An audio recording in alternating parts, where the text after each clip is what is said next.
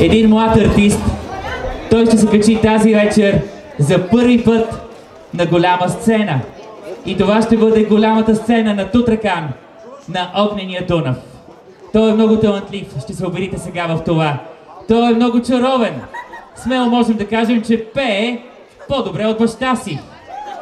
Той мечтае много за голямата сцена. И ние сме тук, за да му пожелаем на добър час.